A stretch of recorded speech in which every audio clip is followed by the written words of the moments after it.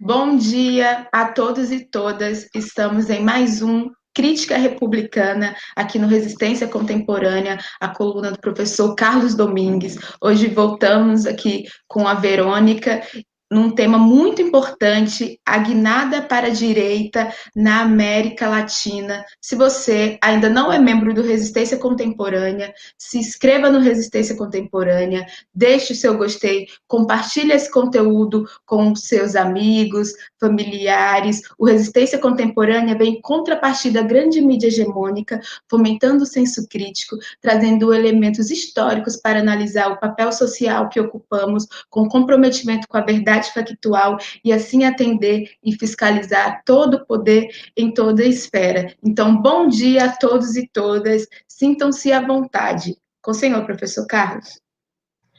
Bom dia a todos e todas. Crítica Republicana agradece a participação da professora doutora Verônica Giordano. Ela é doutora em Ciências Sociais, é professora da Universidade de Buenos Aires, atualmente é a coordenadora do programa de maestria em estudos sociais latino-americanos dessa instituição e é uma especialista de reconhecimento internacional. Entonces se trata de una entrevista muy importante. Yo agradezco nuevamente a participación de la doctora Giordano. Buen día, Verónica. Buen día Carlos, buen día Itria, buen día oyentes. La entrevista de esa mañana será feita en español, mas o público puede encaminhar sus preguntas, sus comentarios, sus observaciones pelo chat em português. E, caso necessário, essas perguntas e comentários serão traduzidos para a professora Verônica Giordano. Itria.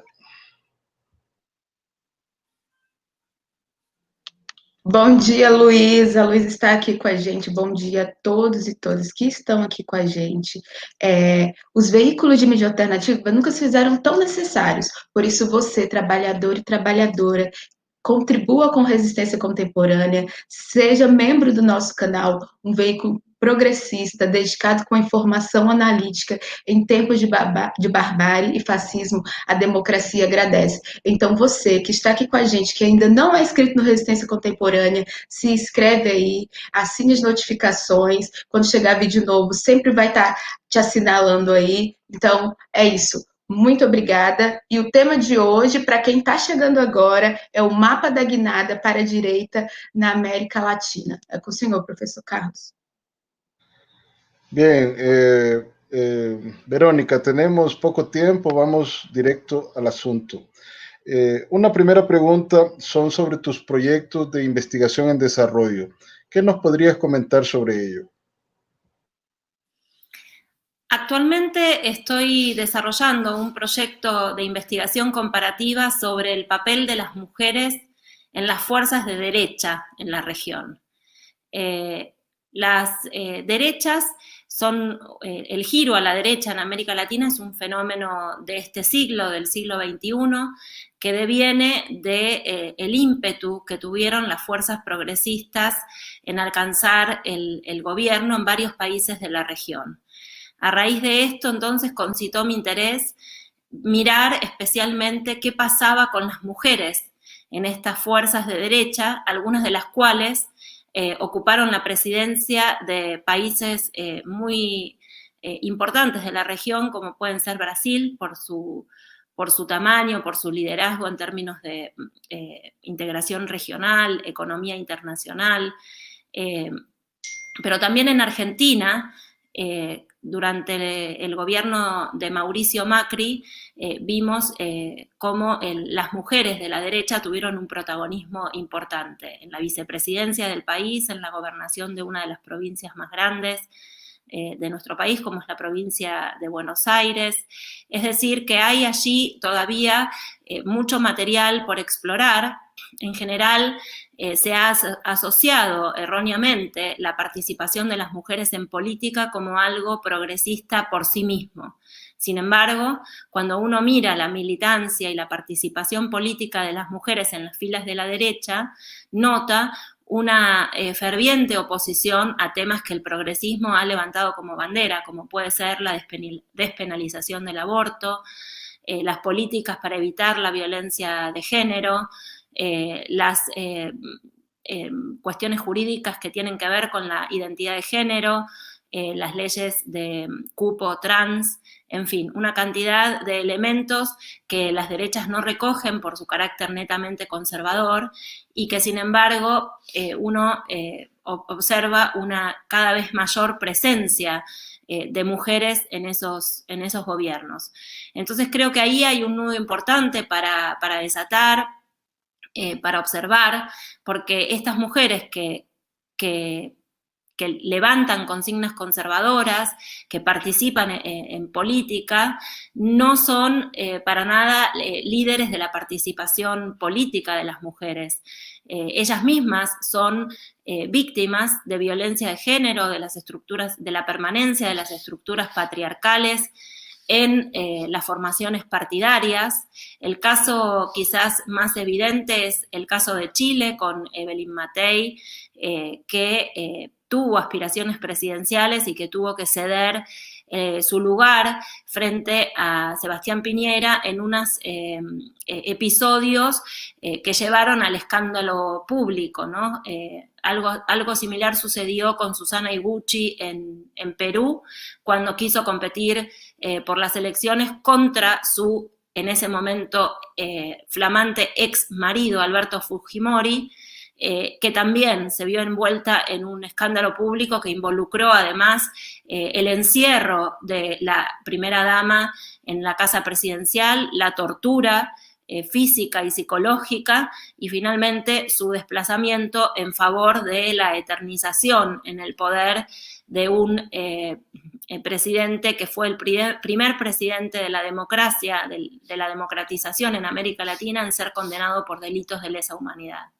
Así que ahí hay un tema, creo yo, muy candente para explorar a la luz de la fuerza que están teniendo los movimientos feministas en nuestra región actualmente. Creo que es prioritario ocuparnos de estas mujeres de las derechas y cuáles son los imaginarios de género que ellas levantan en la política. Ítria. Gostaria de estar reforçando a todos e todas que estão aqui presentes hoje. Se vocês ainda não são inscritos no Resistência Contemporânea, inscrevam-se, deixe o seu gostei, compartilhe esse conteúdo com a sua família, com os seus amigos. Vamos criar aí uma nova memória subterrânea, contra-hegemônica, para a gente conseguir, de fato, popularizar o saber, trazer a informação verdadeira e factual para todos e todas. Bom dia a todos, sejam muito bem-vindos a mais um Resistência Contemporânea. Com o senhor, professor Carlos. Verónica, o que nos puedes comentar sobre el tema específico de la entrevista, el mapa del giro hacia la derecha en América Latina? Ese es un tema muy importante. ¿Qué nos puedes comentar sobre ello?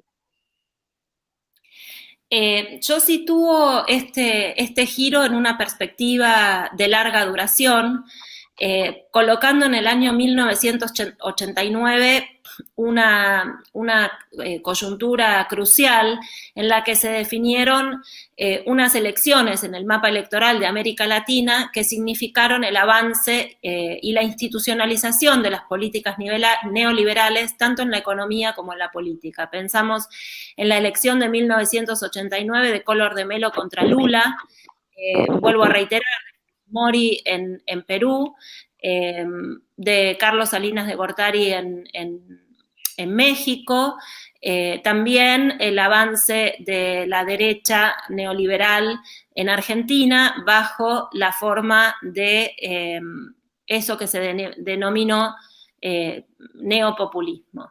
Esas políticas neoliberales que llegaron a la región para quedarse, de la mano de estos presidentes, de estos gobiernos, tuvieron una crisis muy grande alrededor del año 2000, 2001, 2002, depende de cada país. Pensemos en la dolarización de la economía en Ecuador, la crisis del que se vayan todos en Argentina, pero también la crisis económica de Brasil, que le dio fin a la presidencia de Fernando Henrique Cardoso.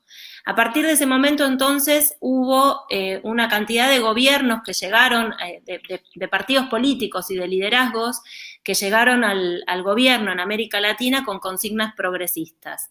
Digo progresistas para no llamar gobiernos de izquierda, que podría ser un poco más controvertido en el sentido de que no todos estos gobiernos, como pueden ser Chávez, Evo Morales, Lula, el kirchnerismo en Argentina, pueden ser fácilmente catalogados de izquierda, pero sí podríamos decir progresismo en el sentido de ampliación de derechos, de gobiernos que buscaron la participación popular y buscaron combatir la pobreza y en gran medida la desigualdad social.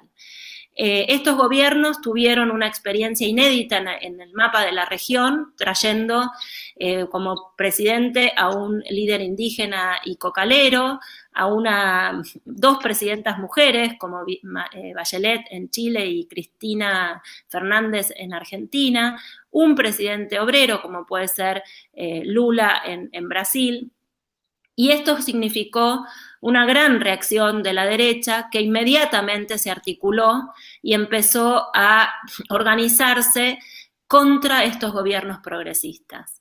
Esta organización fue derivando en éxitos político-partidarios y entonces he ahí el giro a la derecha en América Latina de la mano de diferentes vías de acceso al poder.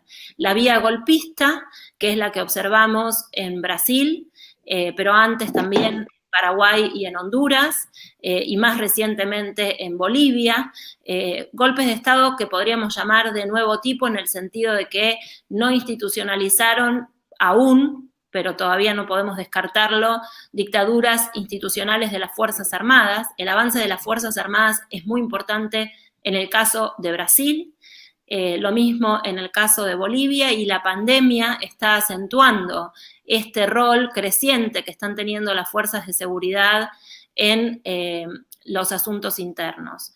Con lo cual, aquello que marcábamos en un principio como una diferencia entre las derechas de los años 60 y 70, en la actualidad nos abre un signo de interrogación.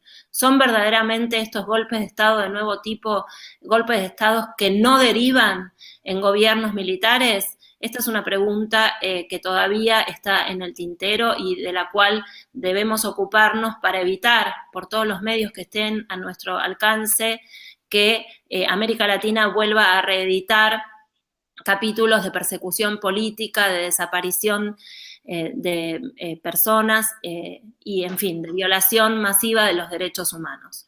La otra vía de acceso de las derechas al poder es a través de la vía electoral. Esto podemos observarlo en el caso de Piñera en Chile, en el caso de Argentina con Mauricio Macri, pero también en otros países que, a diferencia de este ascenso de las derechas por la vía de la reacción a gobiernos populistas, se produce por la vía de la continuidad de la tradición de derechas en la conducción del Estado. Este es el caso, por ejemplo, de América Central, de Guatemala, significativamente con Sandra Torres como candidata a la presidencia de la derecha, una derecha que usualmente se la adjetiva como derecha populista, como Keiko Fujimori, también candidata de la derecha, entre comillas, populista. Guatemala, Colombia, con Iván Duque y con una vicepresidenta mujer también, Perú, son países que tienen una tradición de gobiernos de derecha, en algunos casos con virajes populistas, y entonces ahí tenemos otro patrón de acceso de las derechas al poder, que ya no es contra gobiernos progresistas, y que esa polarización política se reedita, ya digo, no contra gobiernos, sino contra imaginarios de violencia política. Se levantan contra la lucha armada en Perú, contra las FARC y la violencia política en Colombia, En todos los casos tenemos un rasgo común, además de ese conservadurismo y esa militancia por la desigualdad de clase que tienen las derechas, el rasgo común es el negacionismo.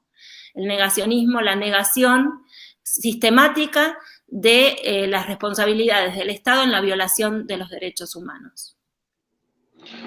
Bom, antes de passar a palavra para a Ítria, eu gostaria de comentar com o público, se alguém tiver alguma pergunta, comentário, observação, pode encaminhar pelo chat em português e esse comentário, essa pergunta, essa observação será traduzida para a professora Verônica e ela poderá eventualmente responder no momento oportuno.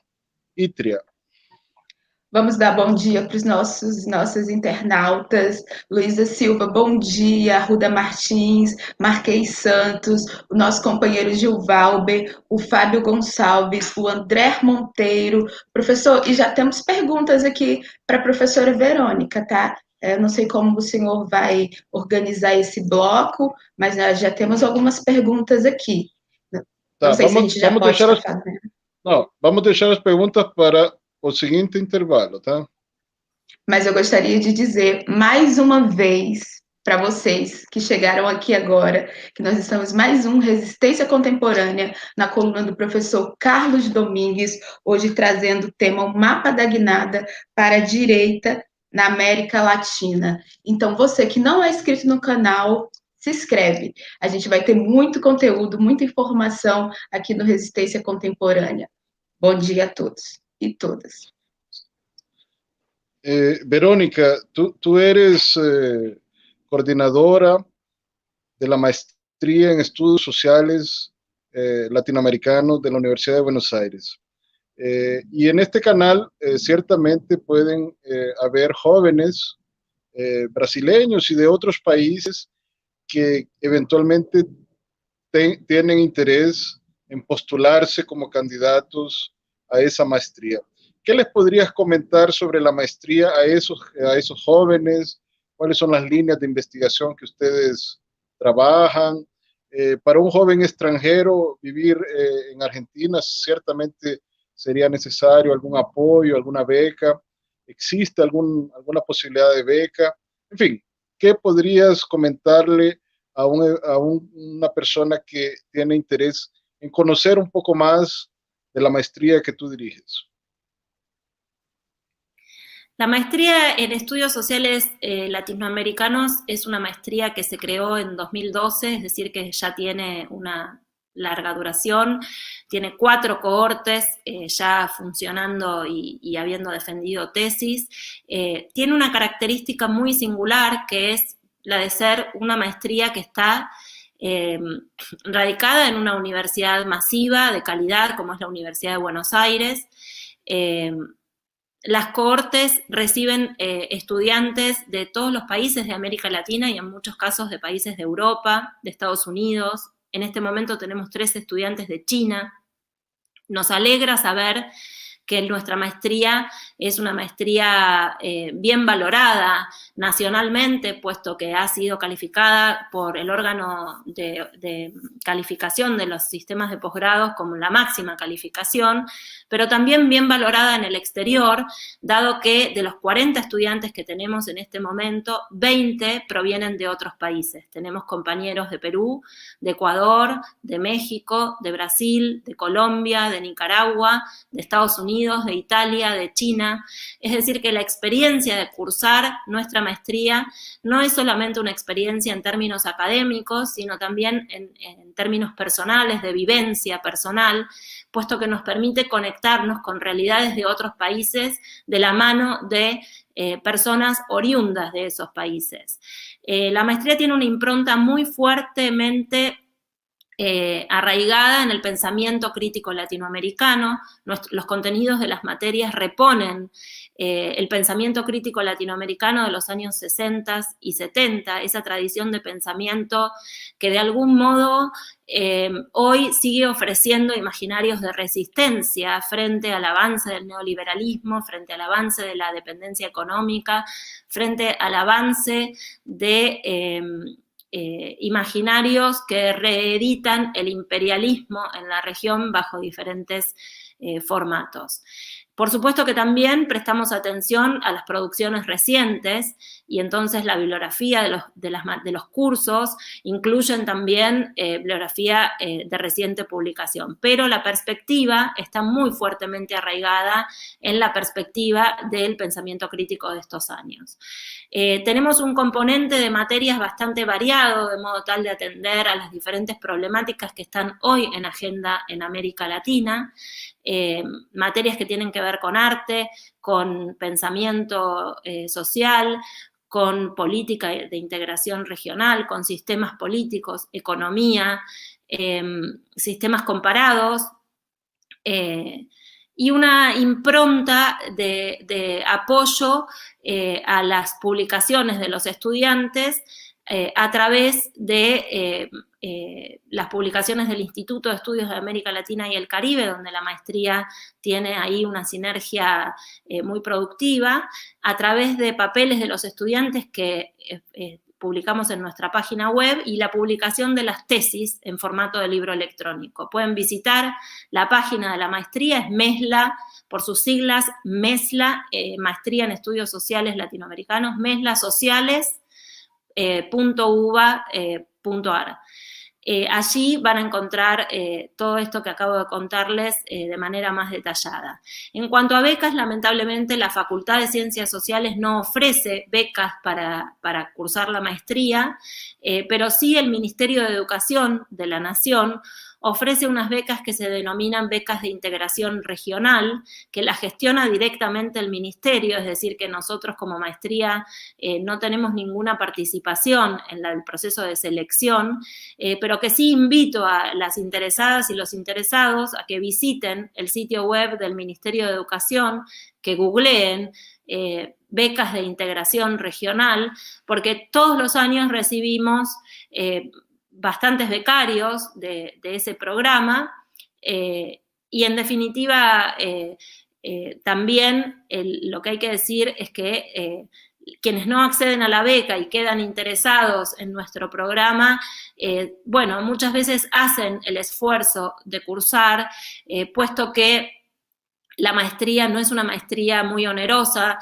comparativamente con otros programas del país. La Facultad de Ciencias Sociales tiene una política de arancelamiento bastante baja respecto de otros programas. Y la vida en Buenos Aires, si bien es muy costosa, en general, estudiantes que han llegado se han organizado de modo tal de compartir la vivienda, de recibir ayudas de sus propios países, y creo que todo eso colabora en que en este momento de los 40 estudiantes, 20 provengan de otros países. Evidentemente, tan complicado no debe ser, puesto que sigue siendo un programa altamente elegido por estudiantes que provienen de otros países de la región.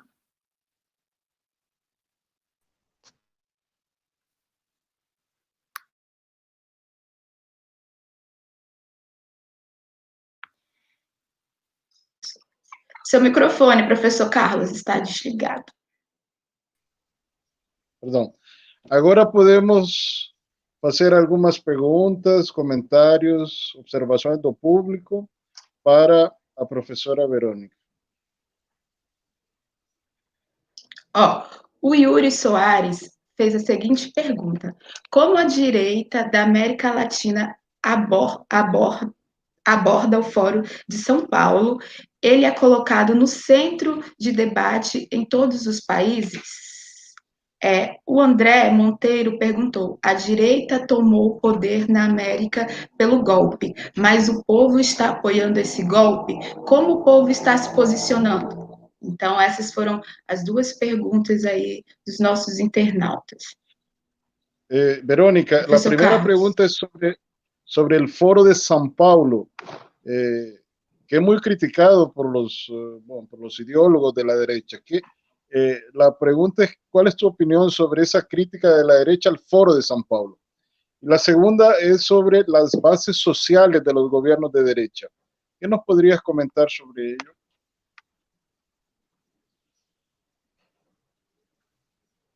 Bien, en general las derechas por definición son refractarias a la organización del pueblo en pos de sus propios derechos, de la ampliación de derechos, de la igualdad social.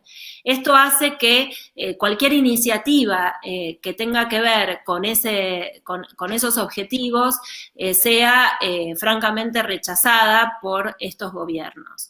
En términos de política internacional, las derechas tienen entonces un rasgo común, que es el alineamiento detrás de las políticas de Estados Unidos para la región, pero después hay matices en función de los intereses económicos, las estructuras económicas de cada uno de los países. América Central, los Andes y el Cono Sur, el Río de la Plata, en ese sentido han tenido políticas diferenciadas. El Foro de San Pablo es una preocupación quizás más grande para las derechas del Cono Sur, que han buscado desarticular todos los bloques regionales funcionando como el Mercosur, la UNASUR, y han propuesto una mirada hacia el Pacífico, una mirada hacia los Andes, una mirada hacia políticas que tienen que ver con reorganizar los bloques regionales en un sentido diferente al que lo habían hecho los gobiernos populares, los gobiernos progresistas, en torno a demandas que tenían que ver con estos imaginarios de izquierda, ¿no? En cuanto a las bases sociales de las derechas, en este momento estamos trabajando muy fuerte en el equipo de investigación que dirijo sobre cuáles son los mecanismos de creación, de construcción de sentido común por parte de estas derechas. Y ahí hay una apreciación que se ha hecho últimamente en términos de la comunicación política.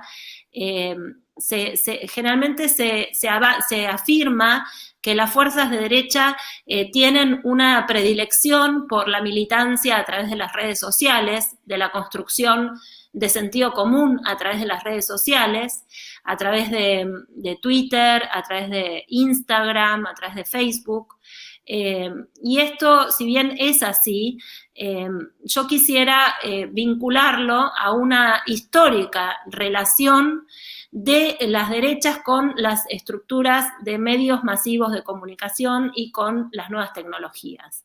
Si en algún momento fue la radio el vehículo a partir del cual las derechas articularon el sentido común a través de su vínculo con la propiedad monopólica de los medios de producción, esto luego se reeditó a partir del vínculo con la prensa. Pensemos en Collor de Mello y su vínculo con la prensa escrita, y debido a la transnacionalización del capital, la concentración del capital, hoy en día este vínculo a través de las redes sociales aparece vinculado a la propiedad de grandes corporaciones que tienen que ver con esas grandes empresas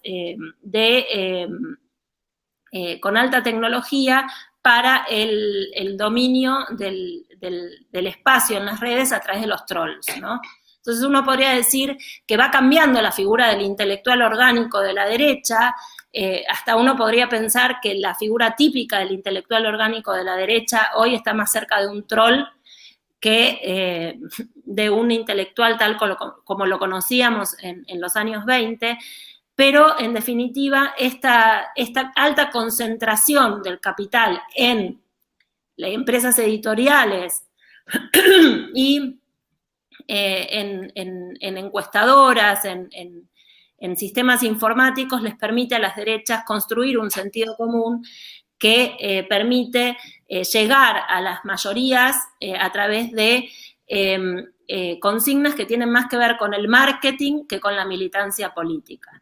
Pero la asociación entre marketing político y política partidaria no es algo nuevo, ya estaba presente durante las dictaduras. Pensemos en las consignas de Brasil, el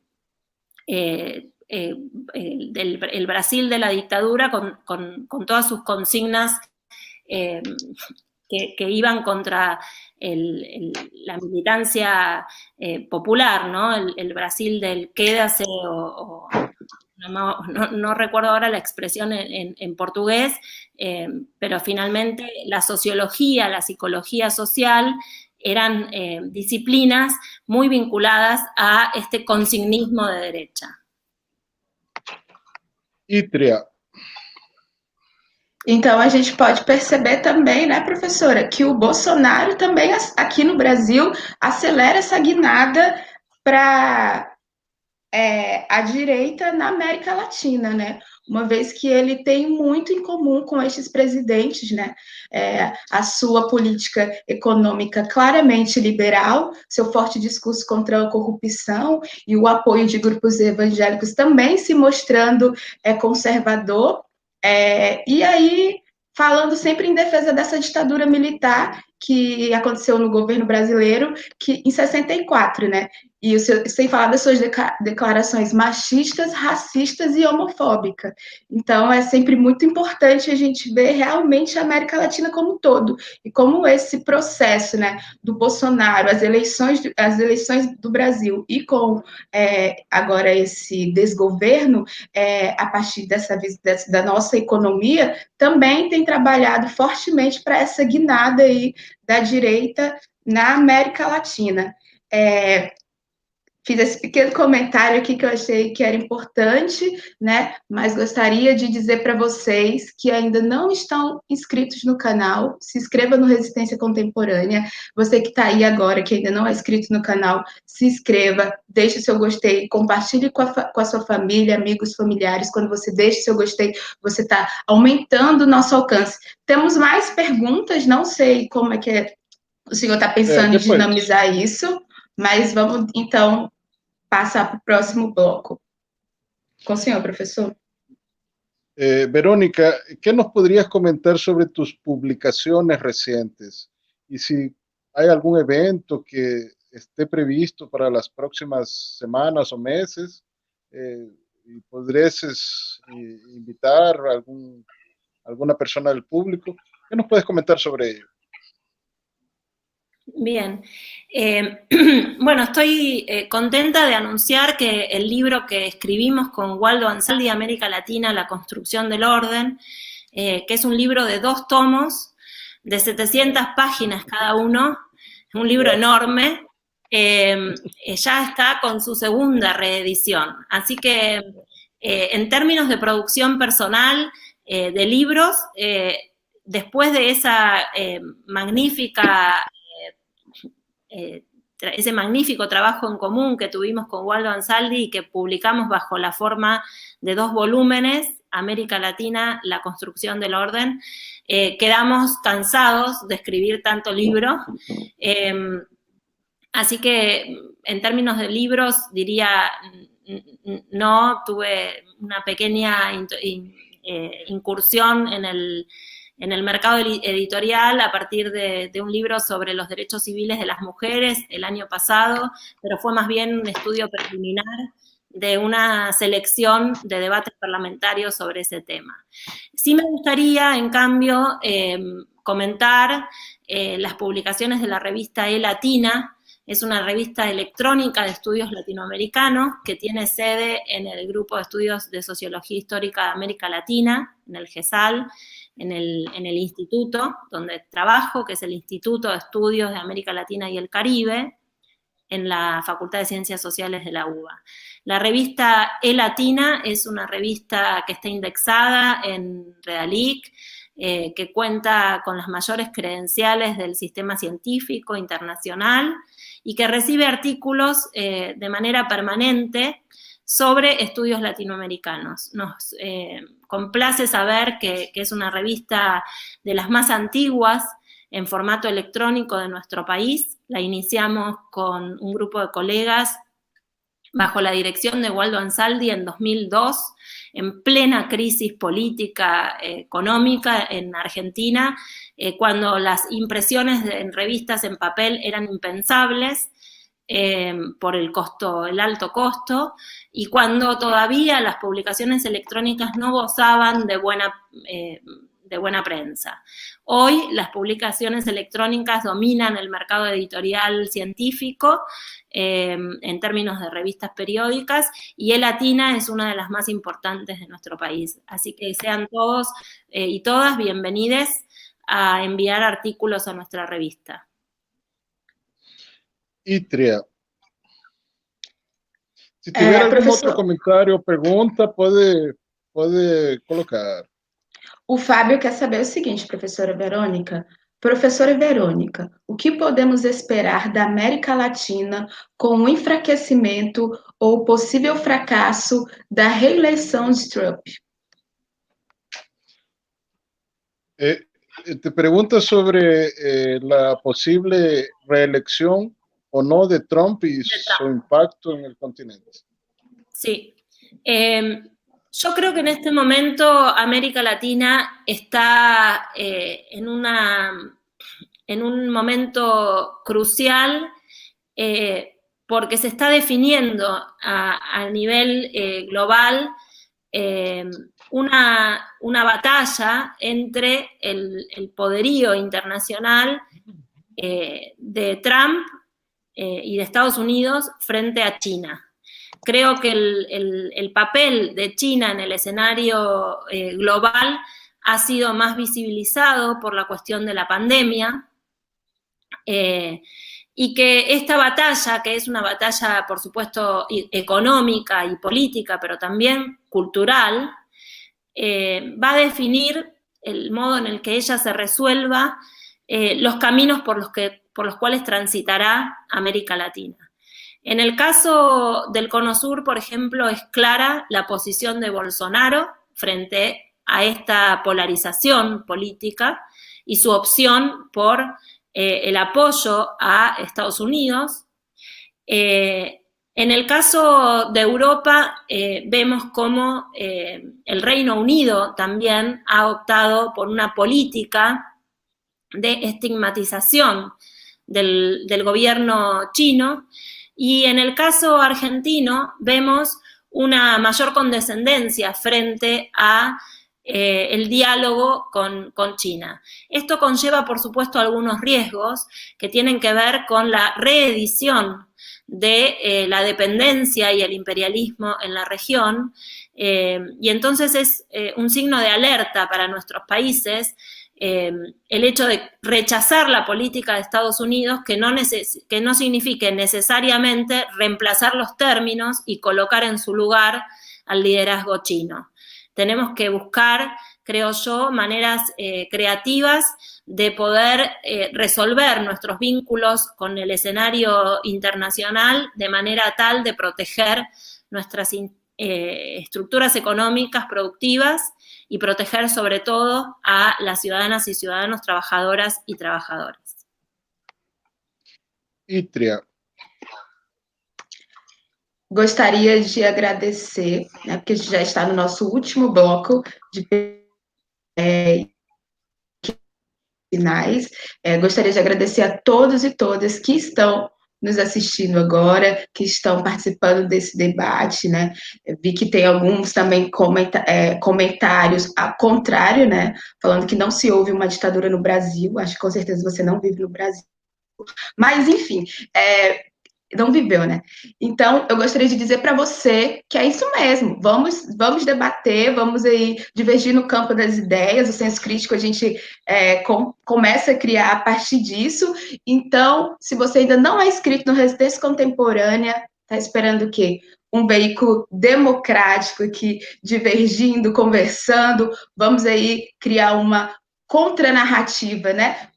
as mídias alternativas nunca se fizeram tão importantes. Isso aqui também é um veículo de denúncia. Então, vamos ficar aí espertos, se inscrevam, compartilhem, deixe o seu gostei nesse vídeo. E é isso. Bom dia a todos e todas. Com o senhor, professor Carlos. Verónica, nos aproximamos al fin de nuestra entrevista y una consulta que me parece interesante es lo siguiente: ¿qué recomendaciones de temas tú podrías hacerle a un joven investigador? ¿Qué temas te parecen que serían tal vez prioritarios o más interesantes para un joven investigador?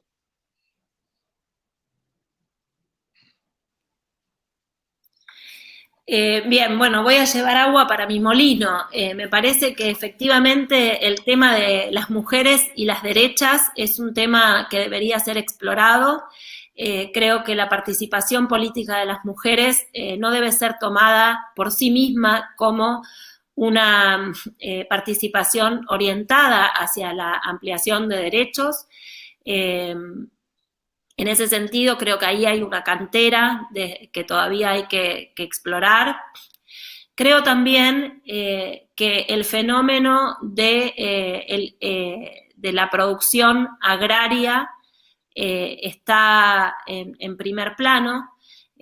Por un lado, la cuestión del extractivismo, las matrices extractivistas y la reprimarización de nuestras economías en un sentido como el que acababa de decir, de reedición de la dependencia, incluso bajo el vínculo con China, que aparece como novedoso, y por otro lado, las militancias ambientalistas, las economías agrarias familiares, el ecoambientalismo, el ecofeminismo, que son fuerzas que en general uno a priori las considera progresistas, en el sentido de que van orientadas hacia problemas que uno podría pensar son moralmente buenos, y sin embargo, detrás de esas militancias muchas veces hay unos pliegues en los cuales se alojan imaginarios que son favorables a la reproducción de las derechas en el poder. Entonces ahí me gustaría también llamar la atención sobre la necesidad de mirar estos episodios, estos fenómenos, porque si hay algo que caracteriza a las derechas es su resistencia frente al cambio, su conservadurismo. Y entonces muchas veces detrás de estas consignas ambientalistas se esconden imaginarios conservadores, una voluntad de regresar a un pasado idílico, imposible de reeditar, y que de algún modo converge en la reproducción, en el poder de fuerzas de derecha que finalmente terminan profundizando la desigualdad entre las personas. Ítria. Professor, nós temos uma outra pergunta aqui do Vidigal, que é uma pergunta muito interessante, até eu fiquei aqui querendo saber da professora Verônica mais um pouco. Como é que a gente está de tempo? A gente pode fazer? Sí.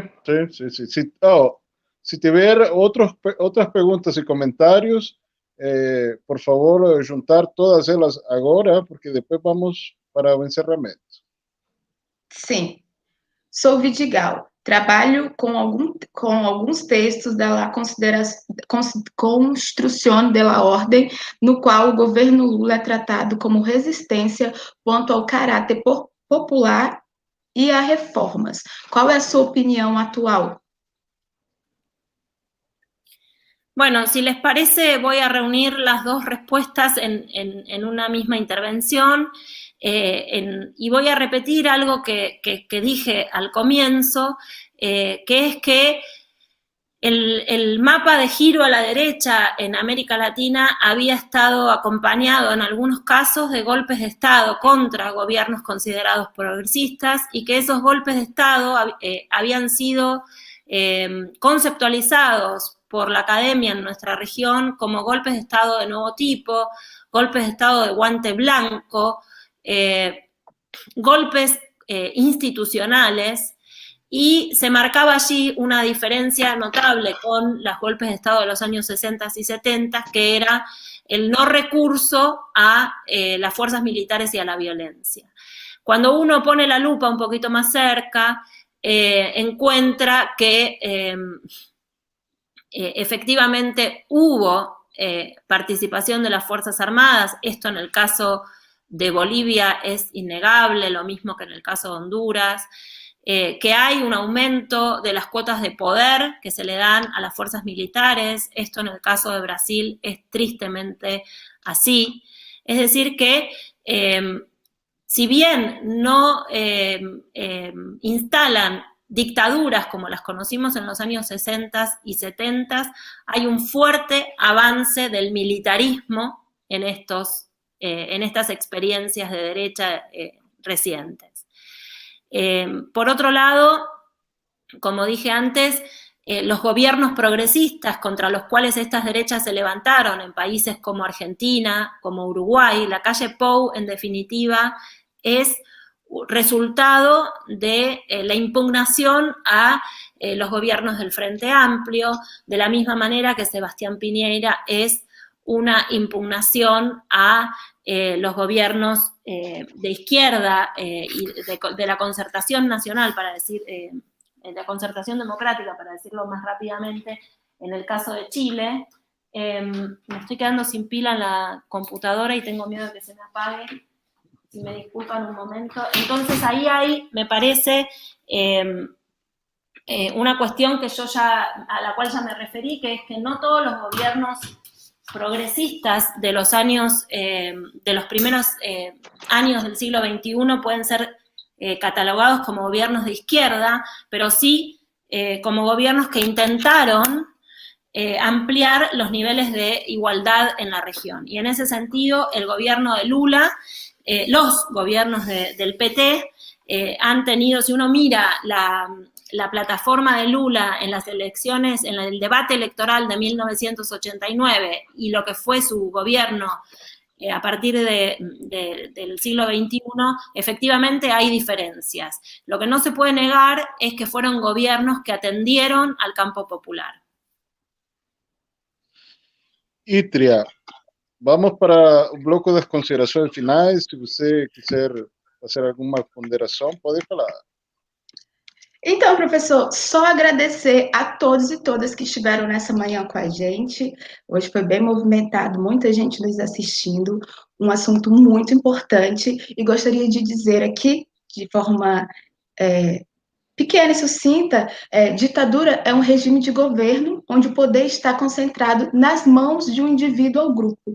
Uma ditadura se caracteriza por ser censura, falta de eleições transparentes, a liberdade partidária ela não existe, um intenso controle do Estado sobre a vida dos cidadãos. A ditadura ela é um regime antidemocrático, que se baseia no governo de um ditador para exercê-lo, e também tem essa característica de ser muito conservadora. Então, gostaria de dizer que em 64, no Brasil, houve sim uma ditadura militar. Então, você que não é inscrito ainda no Resistência Contemporânea, se inscreva. Um belo dia a todos e todas. Sejam muito bem-vindos a esse canal.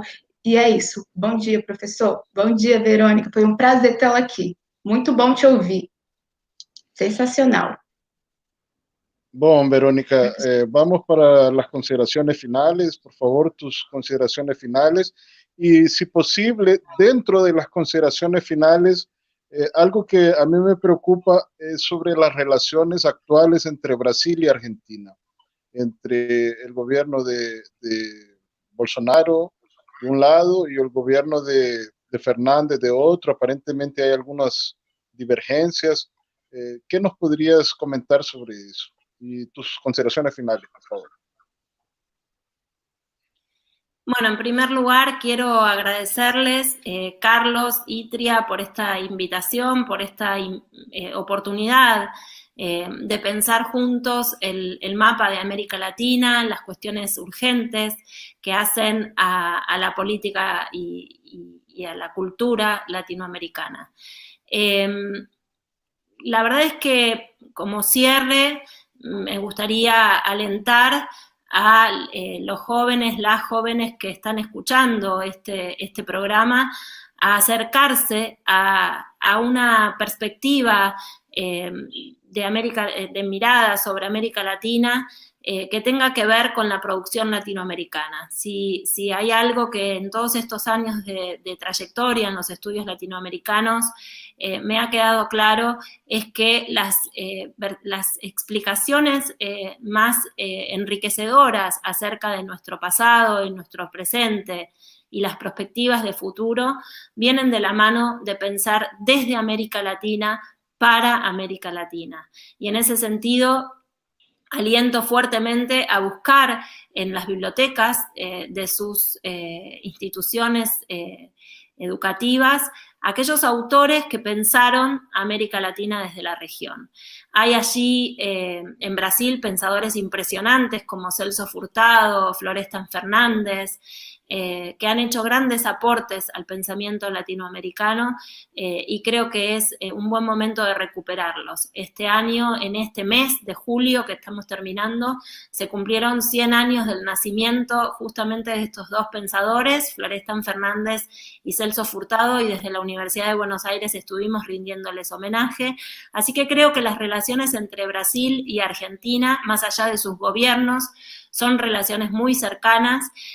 Creo que la posibilidad de estar conectados a través de estos medios nos dan la posibilidad de reconocernos como parte de una misma comunidad. La unidad latinoamericana es con Brasil, pese a las diferencias en cuanto al idioma. En ese sentido, desde la maestría también alentamos la participación de estudiantes latinoamericanos y los convocamos a que puedan participar aún cuando no hablen español, en el entendido de que el español y el portugués son las lenguas del Mercosur y que nosotros debemos respetarlas como tales. Así que como cierre, entonces me gustaría llamar la atención sobre el trabajo conjunto que nos corresponde hacer como intelectuales, como ciudadanos, ciudadanas, para reunir a la lucha de América Latina en una sola, la de los brasileños y las brasileñas con Argentina, más allá de las diferencias que existen entre los presidentes. Sabemos que desde el punto de vista regional, para las fuerzas del campo popular, para las fuerzas progresistas, Bolsonaro es una figura altamente repudiada. Sabemos que el gobierno de Alberto Fernández, que recién comienza, ha dado señales de querer recomponer algunas de las grietas que se han formado y profundizado en nuestro país durante los años de gobierno de Macri. La pandemia ha endurecido, los desafíos son cada vez más grandes. Por supuesto que el gobierno argentino no es, está lejos de ser el gobierno que idealmente imaginamos, pero que estamos esperanzados en que vamos a poder lograr, con el trabajo conjunto, conducir a nuestro país hacia mayores niveles de igualdad, con pandemia y todo. Así que en ese sentido el trabajo es más nuestro que de los gobiernos. Tenemos nosotros que hacernos cargo de las tareas que nos corresponden y apostar a que la transformación también es desde abajo. Muito obrigado, professora Verônica Giordano. Acho que essa entrevista foi das melhores de crítica republicana nos últimos meses. Agradeço, reitero meu agradecimento para a colega argentina, e Crítica Republicana continuará na próxima semana com novos temas para todos. Um abraço e até a próxima. Boa tarde, bom dia a todos e todas. Viva a América Latina! Como diz o Ney aqui, viva o sal, que muitos acham que é um mito, será? Boa tarde, gente. Tchau, Muchas tchau. gracias. Muchas gracias. Muitas.